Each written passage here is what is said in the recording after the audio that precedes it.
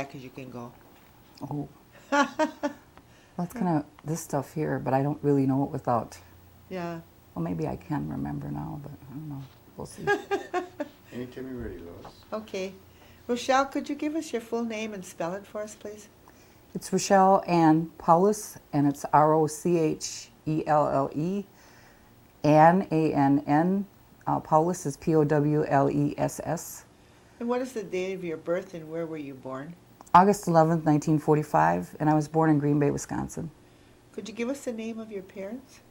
My dad was Clifford O. Powless, and my mother was Vera D. Skenendor.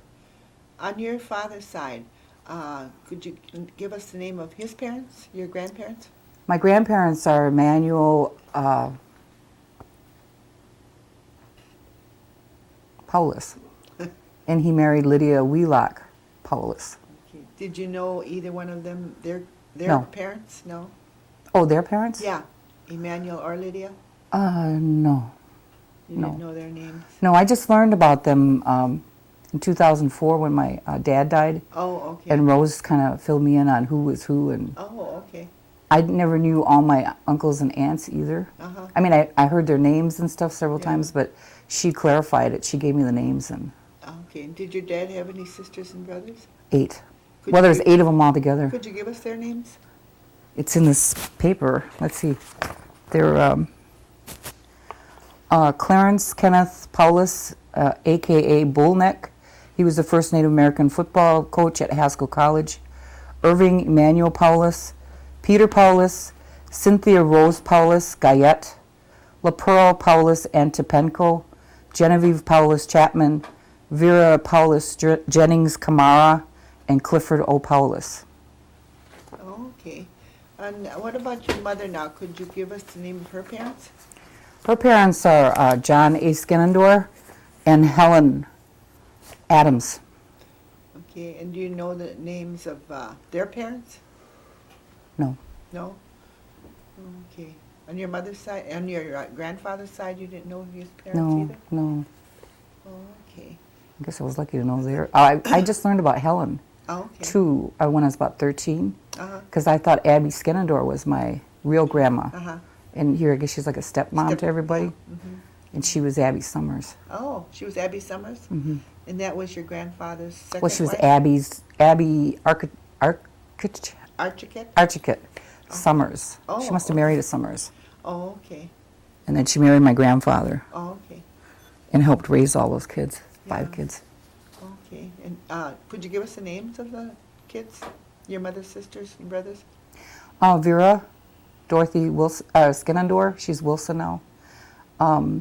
Ben Skenendor, Burton Skenendor, Elwin Skenendor. Let's see, am I missing somebody? There was 4 boys. How many was that? It was Vera, Ben, Bert, Elwin, Leroy. Leroy Skenendor. Yeah, I was gonna say I know I'm missing somebody. Yeah. Did your parents ever talk about their education, if they went to school anywhere or anything? My mother's been going to higher education classes, like here off and on. You know, she's never attained a bachelor's degree or anything, but for years she's been taking college courses, maybe 1 year and there. But she never got a bachelor's degree or anything. She never Yeah. went full time. What about, did they go away to boarding school at all when they were She did. small? Yeah, I believe all the kids did when my grandmother Helen died. Uh-huh. They all were farmed out to Flandreau and Haskell. I don't know if they went to Haskell. I think some of them went to Haskell, and like she went to Haskell, and maybe the younger ones went to Flandreau. Okay. That was when it was like a parochial in high school then? Yeah, she told me that my grandfather was having a really hard time with the kids after Helen died, and I don't know if he just felt it was. He had one arm too, and with the kids being so young, he was carrying on a farm and everything. Uh-huh. It was kind of hard to support the kids and stuff, so it was easier to have them sent to schools where they could be trained and whatnot. Uh-huh. Did you ever hear why he lost his arm? I heard one story about it was cut off in a farm accident Oh, in I never a knew. tractor, but I'm not for sure about that. What was funny is one of the cousins just wrote to me and wanted to know when and what had happened, and I was thinking, I remember that, but I was gonna sit down with Mom and talk to her about it. She's just been kind of whipping away from me. She's too fast for me lately. She just turned 85 yesterday. Oh, did she? Yeah. Oh, good for her. We had a big party for her. What about your grandparents? Did you know anything about if they went off to boarding schools or anything? No, I didn't. I don't know that much about the grandparents. Did they talk? Did they speak Oneida? Yes, I lived with John for a while and Abby, and both of them spoke Oneida, and then I started going to. I started learning the language a little bit, just very little bit, and then I was singing Oneida. I don't know if I knew what I was doing, but I was singing in Oneida in the church. Oh. They went to a lot of churches. I mean, I believe they were Episcopal, and I was baptized Episcopal, but they went to Methodist and Holy Rollers, and we were going to church 7 days a week. Oh my goodness. So we went to a lot of church, a lot of social events, Yeah. and actual churches. Oh, okay. So I was all churched out by the time I was a high school student. Did your parents talk Oneida? My mother does, Your mother does. yeah. She doesn't talk it as much now, but she's over at the Oneida language program teaching, or Okay. helping the new language teachers learn and how to pronounce words and stuff. But she said, I asked her why she didn't keep it up at home so that we could learn, and she said there was nobody to talk to because everybody had learned the English, Oh. Okay. and she didn't work at trying to teach us Oneida. We kind of, like, I got married when I was 15, so I was out of the house and having kids by by the time I was 20 I had 3 kids, and we're kind of busy. Kind of busy raising kids. You said your mother's last name is Wilson. What is her husband's name? Owen Wilson. And is he Oneida? No, he's Ho Chunk, Oh, okay. and they have 4 kids there, or yeah, 4. So she was, and then she was raising those 4 plus Roberta, my sister Roberta Kanzuma. Mm-hmm. She was still at home, so she had 5 kids she was raising when I left the roost. So Could you give us the names of your sisters and brothers? Roberta Kanzuma, and she's my sister through Clifford Powless. And then my sisters and brothers with Owen Wilson are Helen, well, I should start with the oldest, Donald Wilson, Bernie Wilson, Helen Wilson, and Diane Wilson. They're all half Ho-Chunk, but they're enrolled in the Oneida tribe. Okay, and how was your childhood when you were growing up? I remember having a lot of fun by Grandpa's house down by the creek there. I remember I used to play down there, and that was my house. What So- creek was that? It's Duck Creek, Okay. and it used to flood all the way up to the top of the road by my grandpa's house, Oh. and it would go over the road, into his yard. And now it's barely trickling through. I mean, it's just like a couple inches deep or something, Mm-hmm. and it's just kind of sad to see that. I used to slide down the hills in mudslides, and in the winter and snow, and they were pretty dangerous. They had all these roots and stuff hanging out, and you'd hit one of those and then just keep on flying, So I always had a lot of fun down there and drag all my cousins down there, and then there was animals down there, wild animals, like rabbits and stuff. Yeah. Not anything real scary or anything. So that was your playground? Yeah, I used to pretend like I had like maybe a quarter-mile area that was like my house. It was my living room. It was kind of like a big palace or something, and I'd walk back and forth collecting wildflowers and stuff. I was usually there by myself because Roberta was a baby or younger, and she wanted to be with Mom, so she stayed with Mom, and I went out there. And I liked being with my dog, so I'd take the dog out in the woods, and we'd go discover flowers and different things. And one time I found a bunch of baby rabbits, and I threw them in my basket. And they were only about this big, Yeah. You could barely see them. And then I put them in a basket, and they all jumped out. Forgot that rabbits can jump. Your grandparents on your father's side, did they ever talk about any kind of work that they did, or? I never Any met involvement them. that I they wasn't had? even. I just learned their names when Oh, Rose, just before Rose died. Mm-hmm. I mean, I heard their names before, and they kept repeating it to me, but I never really understood who they were. It's kind of like they mentioned, like this. I've heard Germaine and her name mentioned, and she's Lavinia's daughter. And I've never seen her or anything, but I guess they lived in Milwaukee and stuff. And then Genevieve is also one of my aunts on my, with my dad. And I've never seen her or heard her ever. I don't believe I've ever met her. I may have, but When I you don't were know. small? Yeah. I know Vera took me over to Budgie's house and sat me down in her living room, and she says, "Here, I want you to meet your cousins from Los Angeles." And all I knew was that they were kind of, I think they're, I want to say they were kind of golden colored, but they were light, Bert's kids are like that. They have real light brown hair and kind of a golden colored skin. They all kind of all the same color, but it's kind of pretty. And then the girl had curly hair. Oh, I remember that. And my dad has curly hair. I don't know if Genevieve had curly hair, if that was her daughter. Or, I don't know anything. Then they said, I've heard Bobby mentioned. I was kind of wondering if that was her. I only met her when I was like about 7, or 9. I don't remember too much of that. And I only remember being in Budgie's house, and I didn't know who she was. oh, And later I found out she was my cousin too. Amelia Cornelius and them yeah. are some kind of relation. Oh, okay. Cousins, or I don't know how we're related to them. Okay. Probably cousins, Cornelius. Mm-hmm. I never thought about that. Your grandfather John, what kind of work did he do? He was a farmer. He had his own farm. Mm-hmm. He raised chickens and planted cucumbers and tomatoes and potatoes, and he raised corn, and then he'd harvest that and go sell it in town.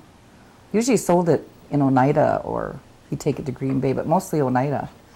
I worked all week helping him harvest all that stuff and plant and stuff, and then we go to town and I get an ice cream cone in Oneida. It was a big deal, I even learned how to drive the tractor, and I was under 9. I think I was about 8. And then when I went to Chicago, I completely forgot about it. Came back, he insisted I knew how to drive the tractor, and I didn't want to drive it, but then he said, "Get up there, I know you can drive it," and I ran into his car. I had forgotten, Yeah. but before I was actually doing it when I was young. Okay. And then when you were growing up, where did you go to school? I went to what is it now? It's a one room schoolhouse. Can't think of the name of it. I remember Richard Summers was there, and Alan Danforth, I think. I don't know if Alan's as old as I am. What is the name of that? It's over by, not Pampering Park, but it's in Pulaski District, I believe. Trout Creek? Yeah, Trout Creek. Okay. Because they made it into a home now. It's all fancy. yeah. Trout Creek School. It's a one-room schoolhouse, and they had like 10 grades or 8 grades. And then where did you go to school from there? Chicago, Mulligan Elementary School, Oh, you moved to Chicago from there? when I was about 9. And then I went to Waller High School and graduated from there. Is that in Chicago also? Yeah. Okay. And then after that, I went to YMCA college for one class in graphics. And it was just something to do. I was working full time, and my husband had recently died, and I was trying to keep myself busy. So I always wanted to go to college or do some kind of educational thing. So I started there, and then I started working at the University of Illinois Circle Campus. And I used to take free classes at lunchtime, just kind of get myself going and learn a little bit more. So. And where did your father work? My father lived in Memphis, Tennessee, and he divorced my mother in '46, I believe it was. And I was only about a year old, and so I really didn't see him. I only seen him about 3 times in my whole life, and maybe for a half hour. But he lived in Memphis, and let's see, I've got where he worked. Or I got like a. Let's see. He was retired office manager for Chris Hill Construction He died March 27, 2004 at his home. Okay. So. And did your mother work then when you lived in Chicago? No, she was a full-time housekeeper. She, or homekeeper. Homemaker? Yeah. She was raising 5 kids, well, 6 of us all together, and they were pretty close.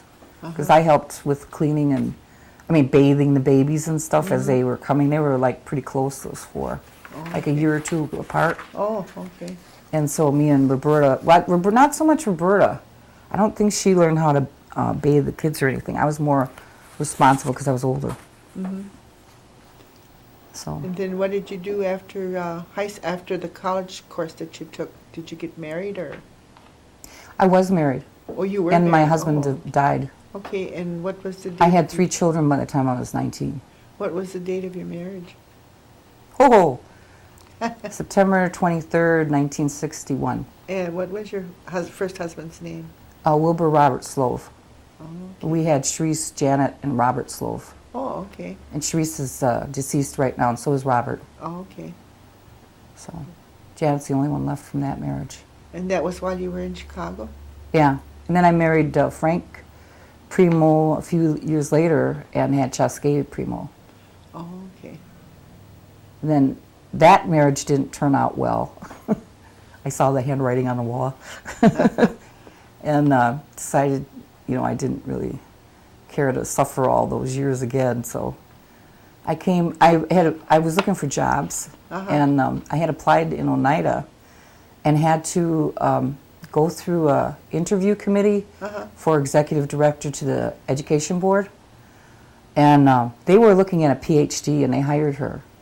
So I didn't get the job. And I applied for some other jobs, and I gave up on it after that because it took them months to contact me. And by that time, the Chicago community got together, and they had already given me a real nice job with good money and everything.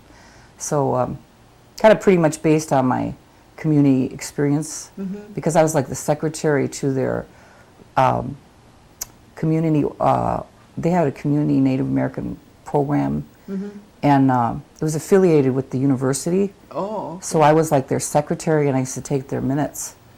And I said, if you guys want me to work for you, you better help me get a job and help me get a babysitter so I can work, And so they did. I had a job almost like I lost my job one day, and the next day I had another job.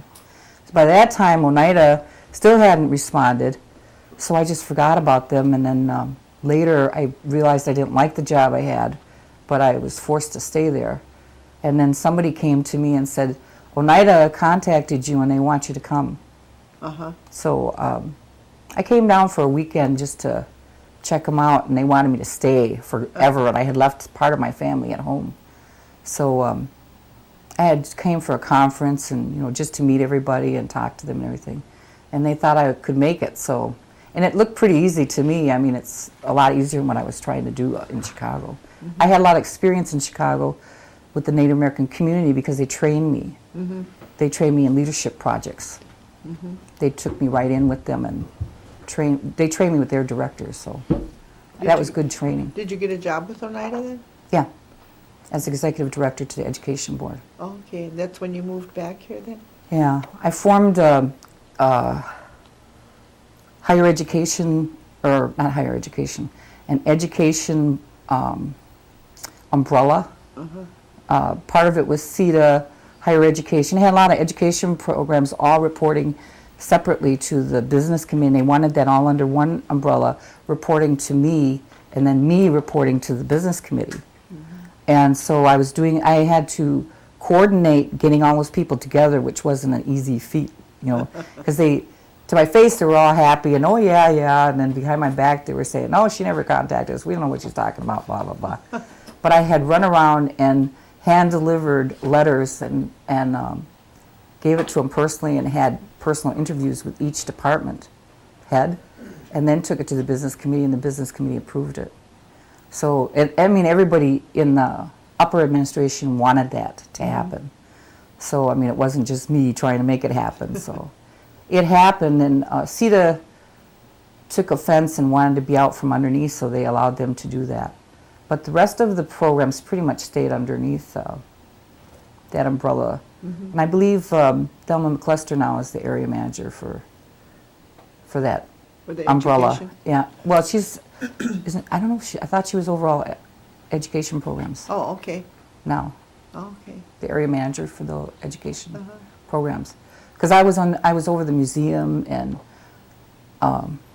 when the museum director left, suddenly I had to carry on my duties plus be the museum director.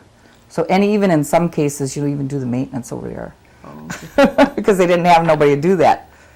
So I told people, if you drop something, you pick it up. Because I'm not doing this. It's too hard.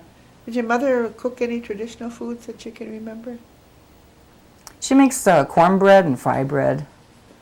And she's learned that over the years. She didn't make it when we were young. Oh, okay. Her favorite thing, and I don't know if it's traditional, in the old days was calf tongue, and she used to tell us it was beef. And I used to hate it, because she'd leave the tongue laying right there, and then slice it up so you could see it. And my husband came over one time, and he was a little inebriated, and she told them it was beef sandwiches, and they all sat down and ate it, just loved it, and I'm going, I wouldn't touch it. Told him the next day what he ate. Did she ever talk about any kind of herbs or anything that they used for medicine? No, but she does a lot now. She's getting into that a lot. Okay. I mean, a lot. She's even got a person that she talks to about herbology. Oh, and I okay. believe she was saying my mother did that when she was young. Uh-huh. Or not even when she... My grandmother died when she was like in her 30s, or I don't know if she was 40. But she died right after the last boy was born. Oh, okay. And, I mean, like 6 months or something. Uh-huh. So she left a baby and 4 other children. Uh-huh. But my mother said that she used to be into herbs and stuff like that, and she's been working on that for, I don't know, it must be 10 years now. Oh, okay. So she's really into that. She collects all kinds of information on making teas and poultices and everything right now. So I really can't say how much she knows, but she's always shopping at those herb stores and over at the Junhinqua Uh-huh. store. And Does she she- gets information from people on how to make teas. Does and she stuff. go out and pick any of it wild? Yeah, they have a lot of stuff is right down dead end roads, so she doesn't have far to go. We were doing that one time. We were going on this exercise that kick, and going for walks down there, and she'll be collecting stuff like that. Oh, okay. Did Make she teas. tell you what she was picking or what it was for? There's some flowers for arthritis and stuff, and milkweed. I can't remember what that is, but I know that was a big thing when we were young too.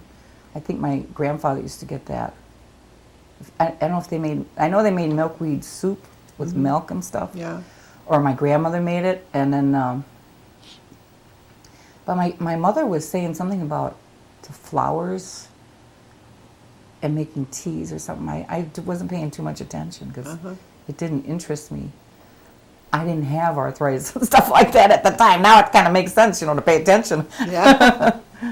But she does have a lot of things now that she has. She makes poultices from pine tree needles. Oh, okay. She heats that and uses that for swelling and stuff. Mm-hmm. Different things like that. I can't remember all the stuff that she knows. But Does she use the pine pitch too? I haven't seen her use that or not, but Okay. I know she uses the pine needles for, Okay. cooks them for, I don't know if she uses it for swelling or something to do. Oh, she had a sore on her leg that wouldn't heal. She's diabetic, and it took like almost a year to go away. So she used that as a poultice to, Oh, and that helped with yeah. that? Oh, okay. It was helping for a while, and then she uses like doctors and stuff and antibiotics and all that. Yeah. But when that doesn't work, she's always trying Indian medicine first, or like that, Yeah. those poultices and different things like that. She uses that, and when all else fails, then she calls Bob Brown and asks him to pray for her. Oh, okay. And a lot of times that works. Yeah. So Yeah, there's a lot of help in prayer. when she gets real depressed, then she'll do that. Uh-huh. So. Okay. Was anybody in your family that you know of that politically involved in the tribe? Lydia And what Lydia did she do? Wheelock, Lydia Wheelock Powless. And what I did heard she do? was the secretary of the tribe, Okay. and that's the only thing I keep hearing about her. It's kind of like she was famous for that. Mm-hmm. Did you ever know the years that she served on there? No, No, I just heard people talk about it. Well, mostly Linda Powless. Uh-huh. I guess Vera told her, Oh, okay. but she didn't say what years or anything. Mm-hmm. There's a strange thing that goes on from when I've in Linda's family or Vera's family. A lot of people aren't who they seem, or they have different names. So in my history, I put AKA, like Linda was born Carol, so she's Carol Linda, but she uses Linda. And Carol Linda Peters Powless Jennings. So I don't know who she is. But she's married to Mike Bowman right now, so she's, as far as I know, she's Linda Bowman. And her daughter Lydia has always been Lydia. And Lydia, I didn't know until just the other day, is called Lydia Four Horns Tall Chief. And I only know her as Lydia Tall Chief. Oh, okay. But she was, I believe she was Jennings before, Powless Jennings as a child. Was your grandmother the only one that you know that was politically involved Yeah, in the tribe? yeah. Okay. Do you have any grandchildren? 10. 10? Could Yeah. you give us their names? Adam Moore, he's 25. Derek Moore, he's 23. Let's see, Sequoia is 13. Shoshana is 12. And Shania, Shanice, and Shantae are all 7. They're going to be turning 8 in July.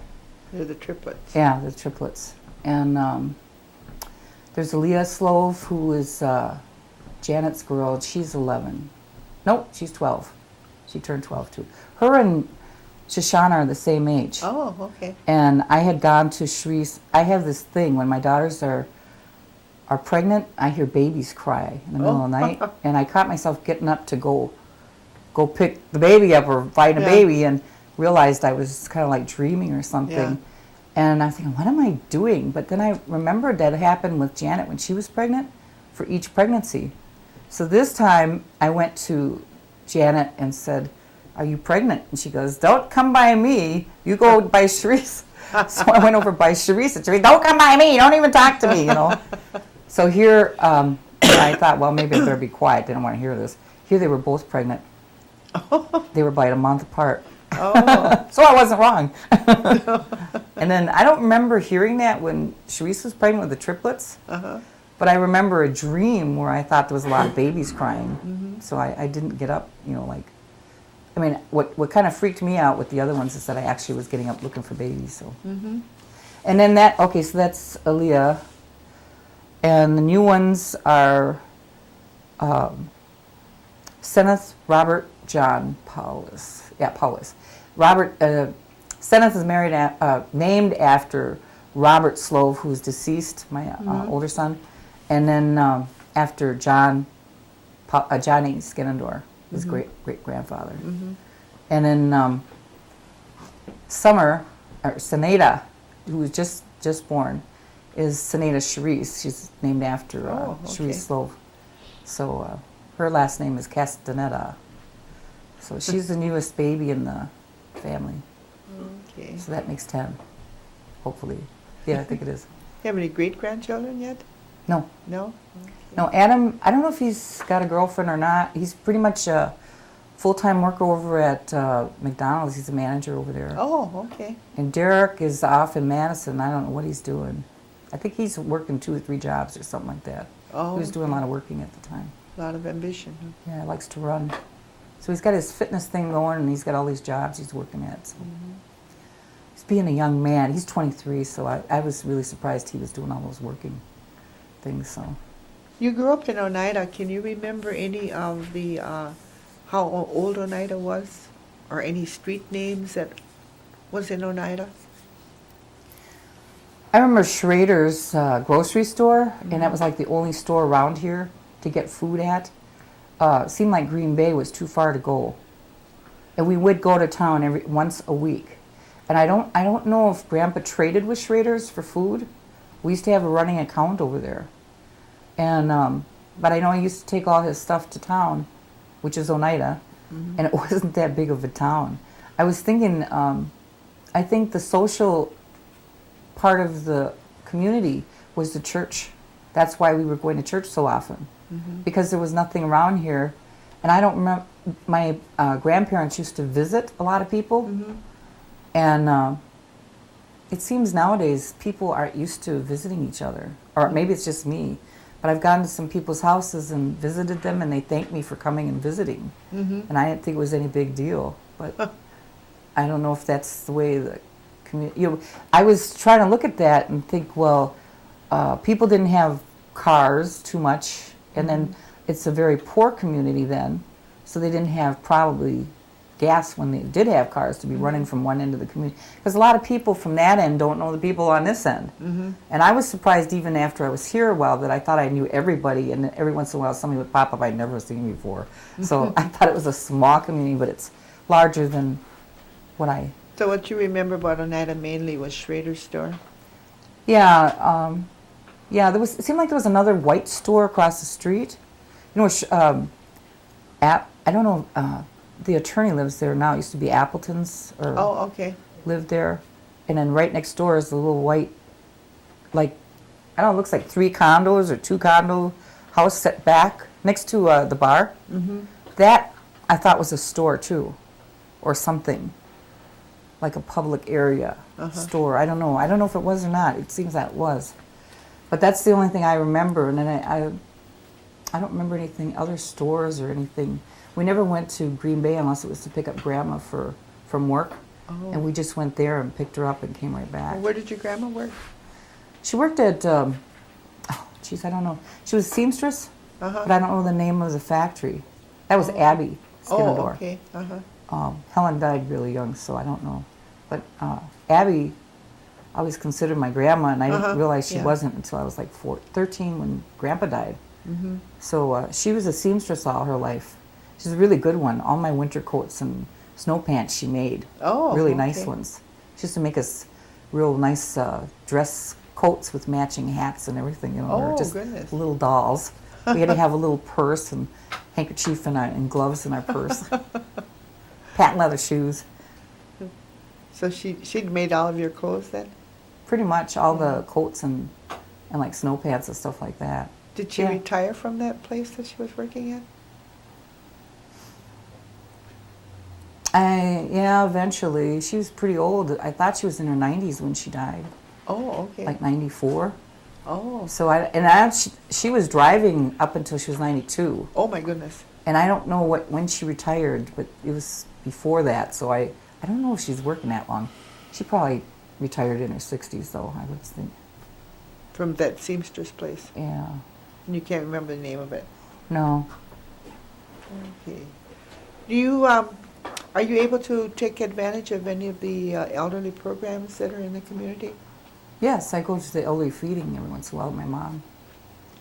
And let's see, I don't know if I've been doing anything else. Oh, I've been going to the Christmas parties and little parties that are for elders and stuff, taking advantage of that. I'd like to go on one of their trips, but I'm kind of busy with my children and their children. So, I right now I hurt my back like about 1.5 years ago or 2 years ago, lifting the garage door. I was raising my 5 grandchildren, the ones that Sharice had left me behind, and so I was pretty busy, and I was working full time. And Cheska and Summer were helping me take care of those kids. So I really didn't have any extra curricular activity, and I had no life, no social life. So, my social life was maybe if I had time to watch a movie or half hour or something before I went to bed, so I really didn't have time for it. And then after I hurt my back, I had to give up taking care of the kids, and they went into foster homes. So their dad took over about 1 year later, 1.5 years later, and so he's raising them now. But they still pop on over on weekends, and it depends on how bad my back is, giving me trouble, if I can take them or not. The older girls can fend for themselves pretty much, and they can even help make the meals for the younger ones. And the younger ones are like old enough to help out, but a lot of times they think they're little princesses. And they don't want to help out, or else they want to rather go play and stuff, But it's kind of still, for me, it's kind of a burden when I can't walk around too good. to have all 5 girls, and then they eat like locusts. They love to eat. They're growing and they're real healthy and they look real good. So, I mean, and they're all pretty. They're just beautiful. I've seen them. I was thinking with when Sharice was pregnant with the 3rd pregnancy, I was thinking she really should have 5 kids because her girls were so pretty. And I was thinking she really should have 5 kids. And so I was telling her that after she had the kids, and she goes, "It's all your fault," because she started out with 1 pregnancy, and it turned out when she went in, it was 3. And she said, "Mom," she's calling me, and she was still crying. She was crying for like 2 hours when they told her she had triplets. So I says, "Well, you should be happy. Now you have the 5 children." So. Do you have any hobbies? No. Well, they say photography is my hobby, but I think it's my love, and it comes first. You know, I mean, I always that's my job in a lot of cases. You know, I may go on a trip or something, but I'll be documenting where I've been and what I've been doing and everything.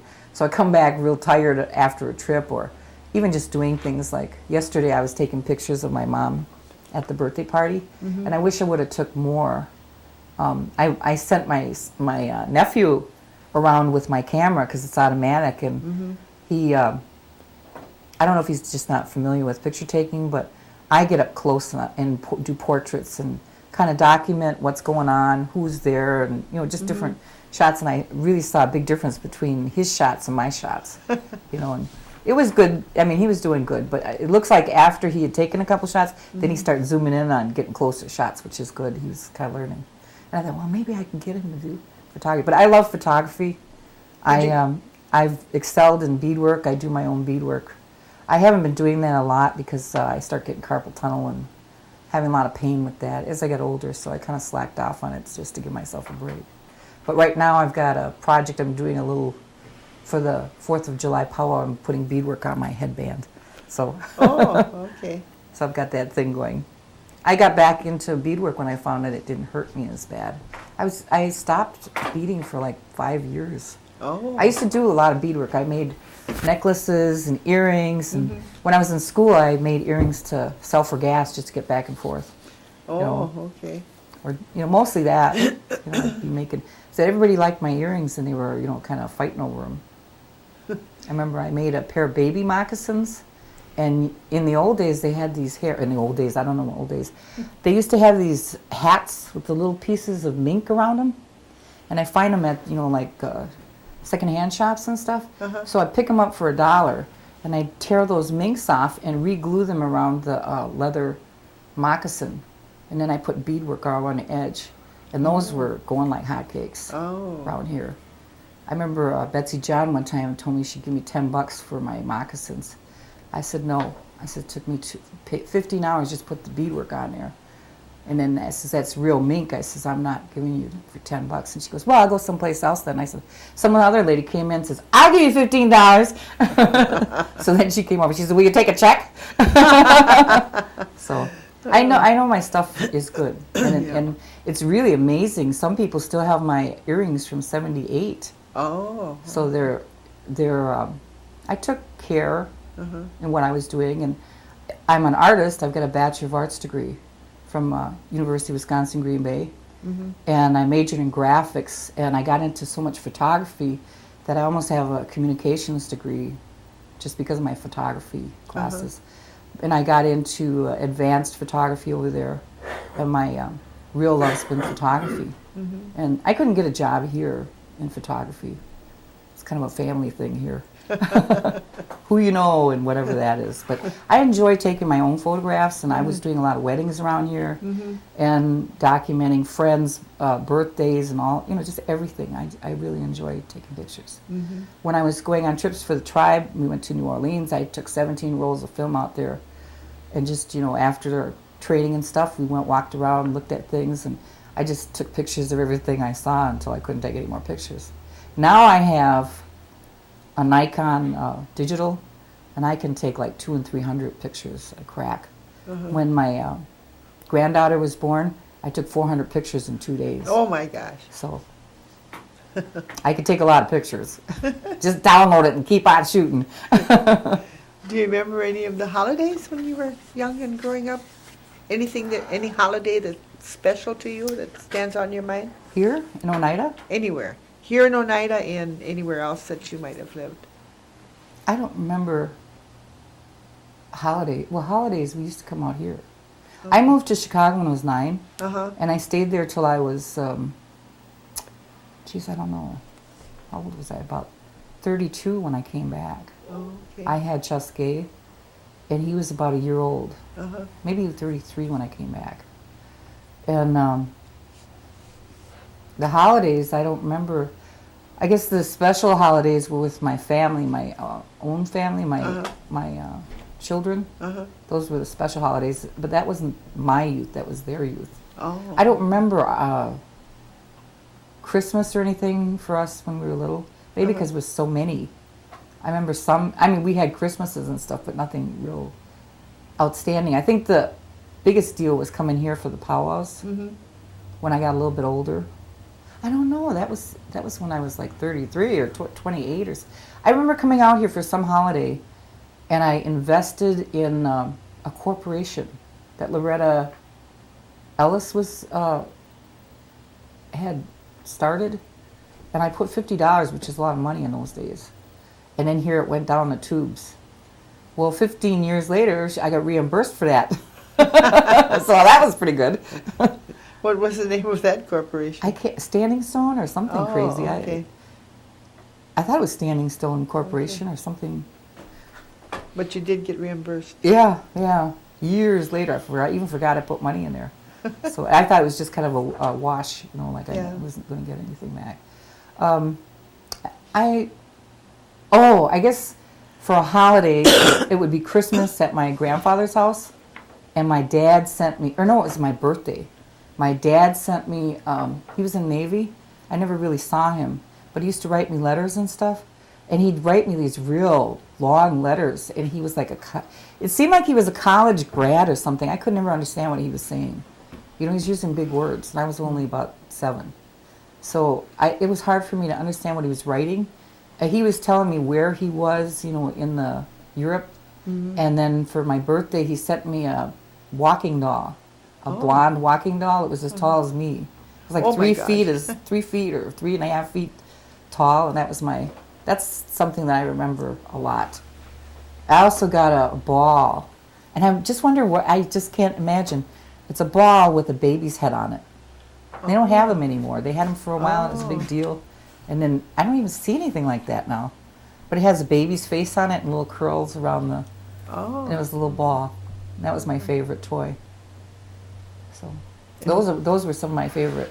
Those are birthdays. Okay, and you said something about Christmas at your grandfather's? Yeah, Christmas. I don't know if I was there for Christmas. I must have been with my mother. I spent summers with my grandfather and helped him harvest the cucumbers and corn and all that stuff. One time I remember they were out there, and he was out there, and I think Ben was out there, because Ben would come up and help him. And they had that big tractor going, and I don't know what that thing is that looks like this, and it goes and just plows up the land. And he never had any trouble before, but they started yelling and everything out there, and they had caught a big pine snake in the thing, and it was big. It was like 6 feet long or longer. I don't know. They were fighting with it out there. They tried to kill it. But pine snakes, that's kind of odd. I've never seen one around. That's the only snake I've ever seen out there that big. And usually they travel in 2s. Oh. Okay. So they only had 1. I don't know. I never seen pine snakes after that. So your birthday was the best holiday that you remembered. Yeah. What do you think about the New York land claim, or do you know anything about the New York land claim? Yeah, I've studied some of the history that's put in the Galilee Sox and stuff. I've been to a couple meetings on the land claims, and it seems like it's a never-ending negotiation that is kind of like frustrating, because it just goes on, and then you think you're coming to an end, and then they just put you off some more. It's very political negotiation, and I'm often surprised that we're even considered in the negotiation. and considered over the Oneidas in New York. Or I believe that's what happened, isn't it? That I'm not sure. that last negotiation, they were ignored or something. Then there's threats back and forth. The people in New York are very hostile. I mean, they shoot each other.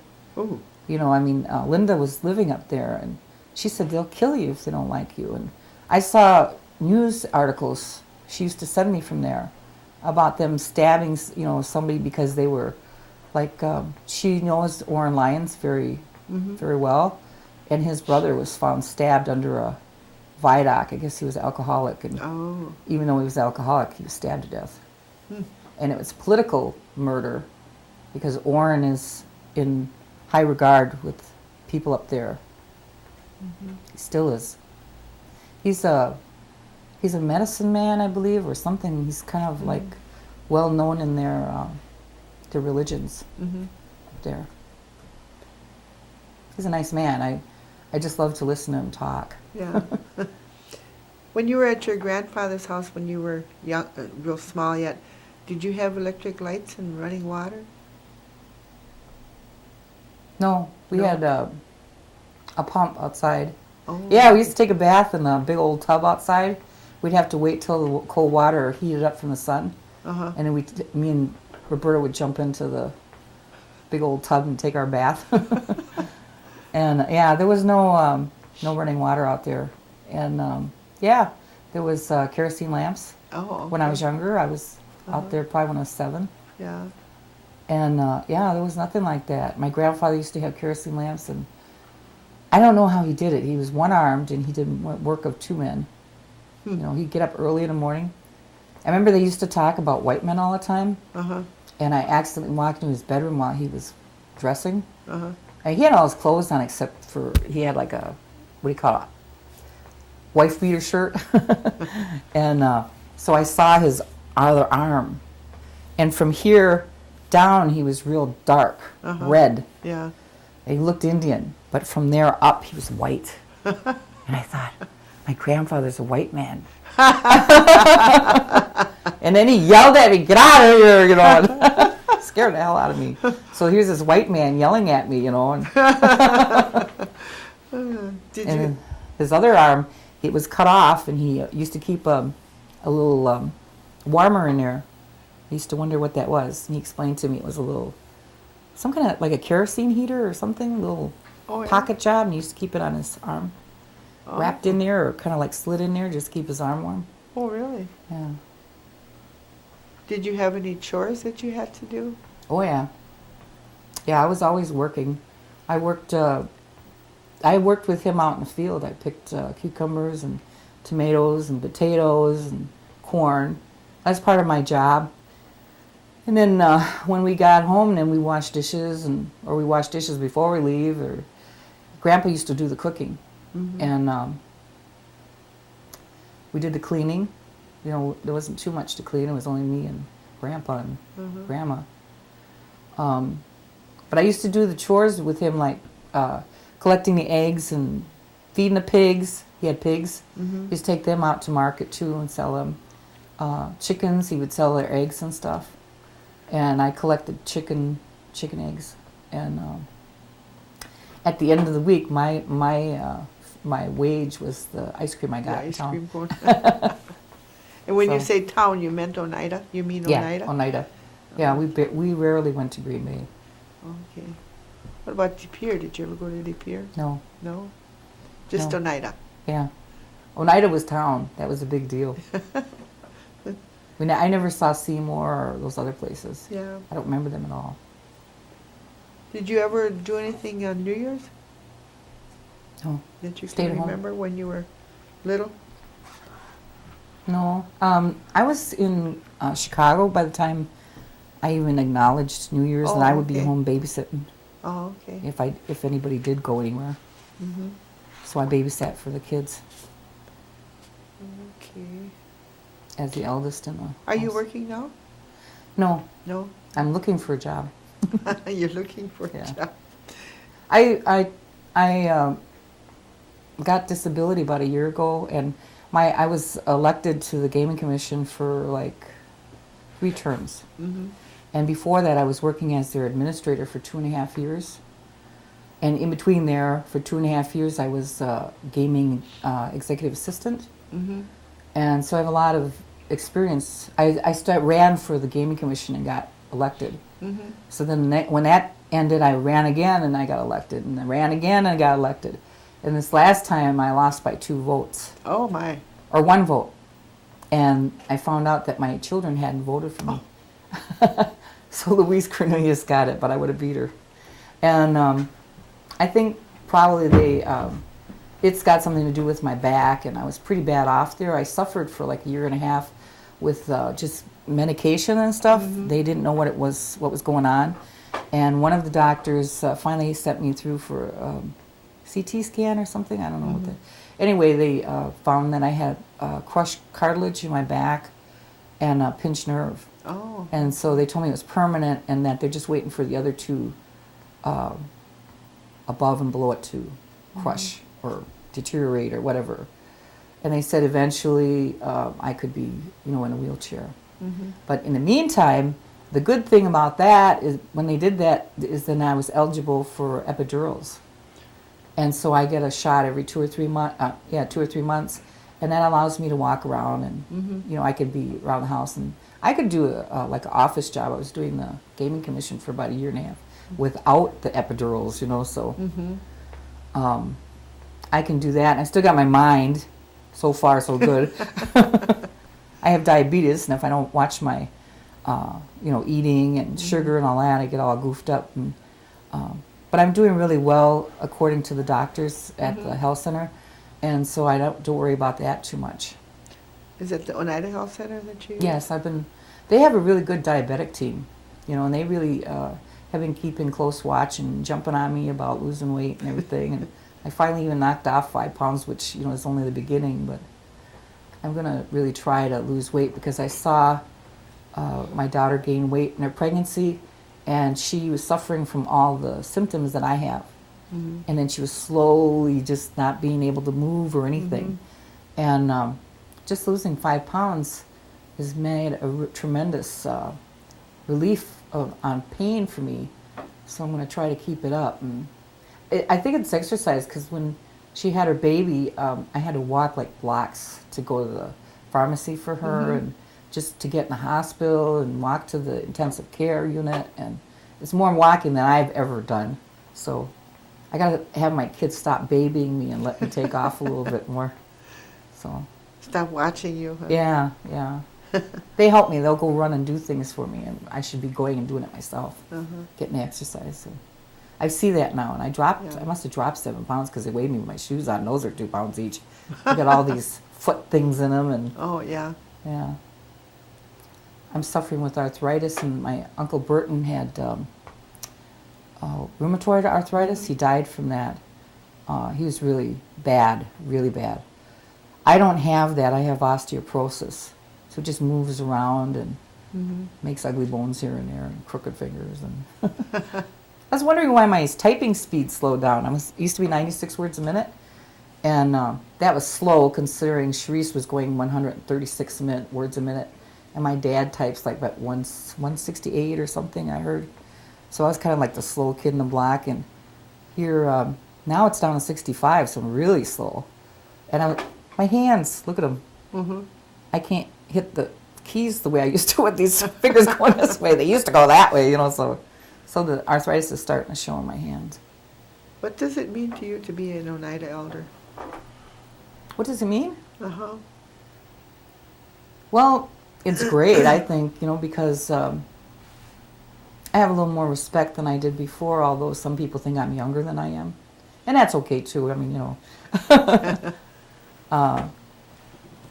I work being younger, I tried to grow my hair out and be gray and everything, and I just couldn't get used to it. My kids told me to shape up, and I think they like me looking younger. So I think the respect and I have wisdom that I can give to my children and to my grandchildren, and they listen, and that's the good part. And, just people treat you a little bit nicer, as an elder. And I've learned a lot. I've been here, Chusky told me he's going to be 30 this year.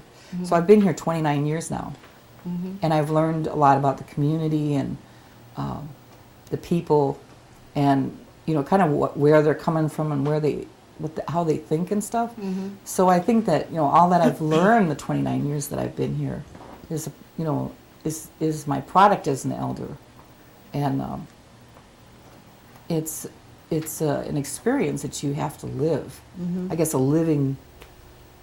That's what an elder is a living experience in a community. What do you think about the per capita that we get? I think it's great. I mean, usually about that time of the year, I'm really needy, so I think it should continue. I've seen people so poor in the community that that's the only time their kids get Christmas, or clothes, and maybe they don't spend their money right, but at least they get an opportunity to participate in the wealth of this tribe at least once a year. And that's kind of the way I look at it. And a lot of times it's about the only time of the year, you don't have any money, and then you've got money. Yeah. It's too bad the federal government comes along and takes it away, but but it's more money than you had, before. And I just see a lot of really poor people, they need it for the kids. If you were going to tell the young people of today anything, what would you tell them? Get your education. Get your experience. Try to be stable.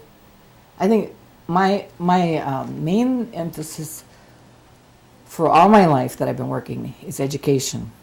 I used to recruit high school students, college students to vocational and colleges in this area. I was director of the Education Opportunity Center, and I learned to do that from Chicago, the leaders there. I was coordinator of the Seven Nations education program there, and they trained me and told me to get out in a community and start bringing in some Indian kids and put them in our colleges. And it wasn't all that bad, and it was great for Menominee. Menominee higher education funding will drive down to Chicago and deliver the check the next day. Oneida, you have to wait. But those Menominees, man, they give me a reason. I'll come down here this afternoon. So, I mean, they really support their students.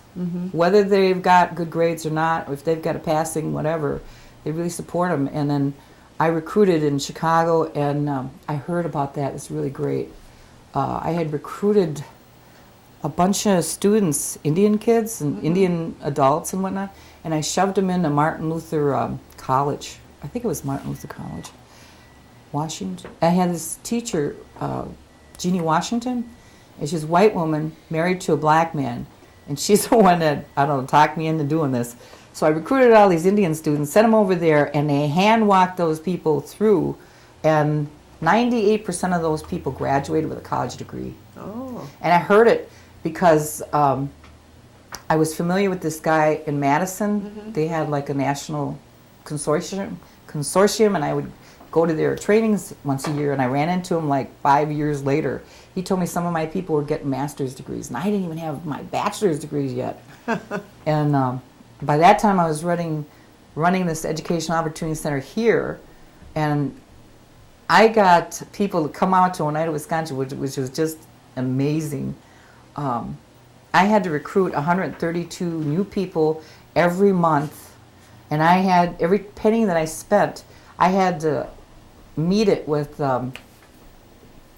half of in-kind contribution from the colleges and universities around here. And so if I spent money paying salary, half of that had to be recruited out of the colleges here to meet that for the proposal on this grant.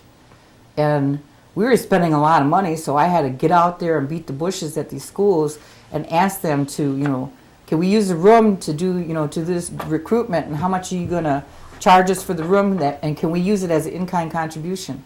And this whole thing had been set up prior to by a bunch of education people in the tribe. And so I just had to run around and be the collection, agency, and remind all these educators around here, because they forgot. But when I came in the door, they had to just sit down with them and remind them, and they did an outstanding job. We did I got on TV. I was watching, is that, late show TV where you can advertise for free. So I got on the morning show at 8 o'clock in the morning and did a spiel for the Education Opportunity Center. Then I found out they dubbed it to all the TV stations. So I thought, if you can do that, can they do it on radio? So I got on the radio, and then they dubbed it across there. So I had people calling in all over the place.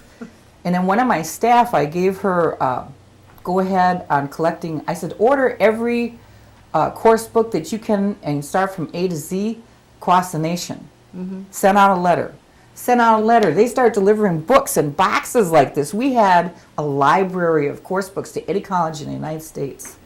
And Guam. And Guam? And Guam. I didn't know we were going to send to Guam. But we started a library of college course books and stuff and vocational schools. We had them all alphabetized, and it was really a neat thing. We had 2 suites over in Norbert Hill Center full of books and financial aid. That's what I was trained in.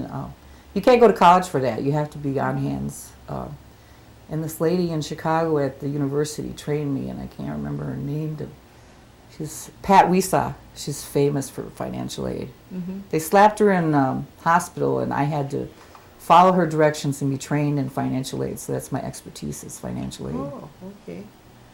Are there any particular aspects of the Oneida culture that you would like to see passed on to to the younger generations? The language. Right now I got into, my mother's a language teacher, and I've always wanted to learn it.